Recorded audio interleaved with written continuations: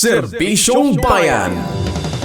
Mga serbisyo, programa at proyektong bayan na dapat mong malaman at mapakinabangan. Serbisyong Bayan. Mga tulong ng pamahalaan, diretso sa mga mamamayan. Hatid ng pamahalaang lokal ng Brooks Point. Serbisyong Bayan. Malinis, mabilis at makadiyos na paglilingkod. Serbisyong Bayan. Narito na po ang ating serbisyong bayan na hatid po ng pamahalaang lokal ng bayan ng Brooks Point sa pangunguna ni Mayor Cesario R. Benedito Jr., Vice Mayor Attorney Mary Jean D. Feliciano at ng mga sangguniang bayan members. Una na po dyan, pabatid para sa lahat ng mga property owners sa Palawan. Isang mahalagang paalala para sa mga may-ari ng lupa, bahay at iba pang real property. Magbayad po ng real property tax sa tamang oras. Maaring magbayad ng buo o quarterly. May 10% discount sa maagang pagbabayad para sa taong 2026 mula January 2 hanggang March 31. At 20% discount naman para sa advance payment ng taong 2027. Paalala rin po na may surcharge at interest ang mga late payment. Para sa tamang pagbabayad, magtungo lamang po sa Municipal Treasurer's Office o Provincial Treasurer's Office. Para sa iba pang detalye, makipag-ugnayan lamang po sa inyong mga munisipyo. Magbayad ng maaga para makaiwas sa multa at dagdag na bayarin. Serbisyong Bayan. Abiso sa lahat ng mga mamamayan na mag-iingat sa influenza. Isang paalala sa kalusugan para sa lahat ng mga Palawenyo. Ipinapaalala ng Provincial Health Office of Palawan ang patuloy na pag-iingat laban sa influenza o trangkaso, lalo na ngayon ay pabago-bago ang panahon.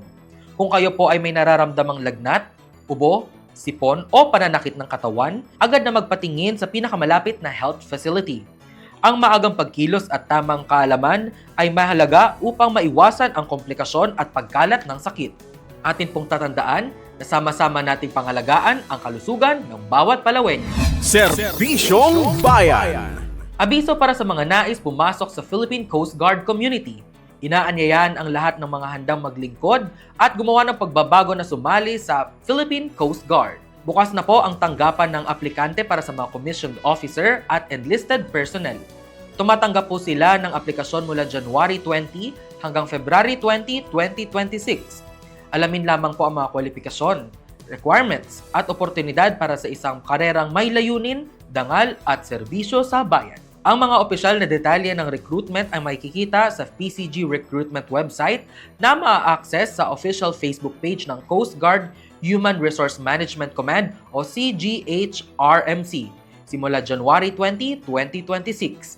Isang paalala lamang po na huwag magpapaloko sa mga peking accounts. Maging mapanuri at sundin lamang ang opisyal na communication platforms ng Philippine Coast Guard at ng CGHRMC. Serbisyong Bayan. Abiso para sa lahat ng mga negosyante at taxpayers ng Brooks Point. Malugod po namin ipinapabatid na simula noong January 5, 2026, maaari na po kayong mag-apply online para sa renewal o bagong aplikasyon ng inyong business at mayor's permit. Ito po ay alinsunod sa SB Resolution number 2019-221 at sa bisa ng Memorandum of Agreement na nilagdaan noong September 11, 2020 sa pagitan ng lokal na pamahalaan ng bayan ng Brooks Point at ng Department of Information and Communications Technology o DICT sa pakikipagtulungan syempre ng Department of Interior and Local Government o DILG. Sa pamamagitan ng modernong teknolohiya, ipinapatupad po natin ang Electronic Business Permits and Licensing System o EBPLS upang mas mapadali at mas mapabilis ang proseso ng inyong aplikasyon. Maaari po kayong mag-login sa egov.ph.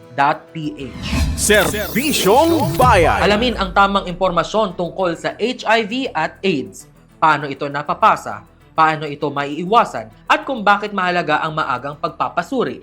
Atin pong tatandaan na libre ang HIV testing at mananatiling kompidensyal ang inyong konsultasyon. Ang tamang edukasyon ay susi sa ligtas, responsable at mas matatag na kinabukasan ng bawat Pilipino. Magpa-HIV test. Alamin ang inyong status.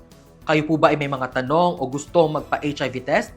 Message lamang po sa Municipal Health Office ng LGU Brooks Point. Serbisyong Bayan. Bukas po tuwing araw ng Miyerkules ang kadiwa ng Pangulo sa munisipyo, kung saan available na sa ating munisipyo ang mga sariwa, mura at abot-kayang mga produktong gawa ng ating mga local farmers. Naging posible po ito sa pamamagitan ng ating Office of the Municipal Agriculturist sa pangunguna ni Mayor Cesario R. Benedito Jr. at Municipal Agriculturist Renato Bacosa. Matatagpuan po ito sa New Municipal Hall, Barangay Tubtob, Brooks Point, Palawan. Kaya pasok mga suki at sabay-sabay po tayong mamili sa ating kadiwan ng Pangulo tuwing araw ng Miyerkules. Serbisyong Manatiling Bayan. nakatutok sa mga anunsyo at balita ng ating pamahalaan.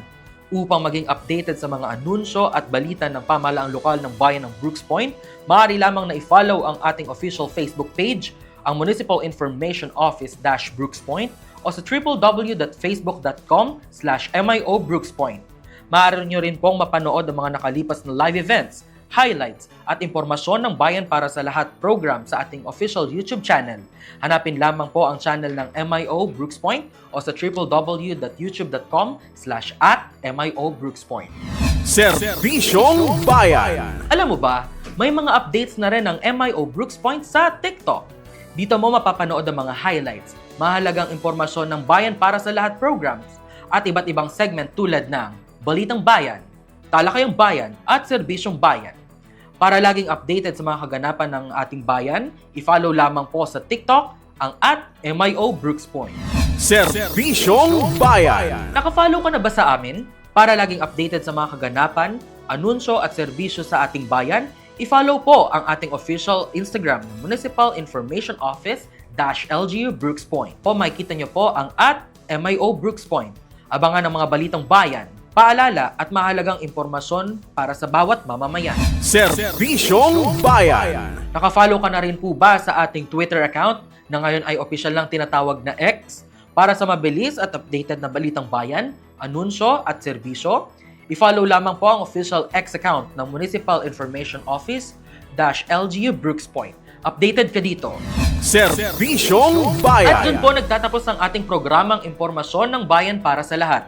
Sa ngalan po ng LGU Brooks Point at bumubuo ng Municipal Information Office sa pangunguna ni Municipal Information Officer Designate Mr. Darwin H. Omar, PhD, ako po ang inyong lingkod, Joshua Sariego. Mapagpalang araw po sa ating lahat at kita-kits po tayo sa susunod na araw na Sabado.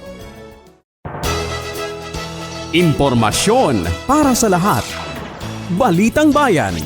Talakayang Bayan. At Serbisyong Bayan. Ihahatid lahat yan sa programang Impormasyon ng Bayan para sa lahat. Impormasyon ng Bayan para sa lahat. Tumutok sa 104.5 Radyo Natin Brooks Point tuwing Sabado, alas 11 ng umaga hanggang alas 12 ng tanghali. Tampok ang mga tagapagbalita mula sa iba't ibang paaralan sa bayan.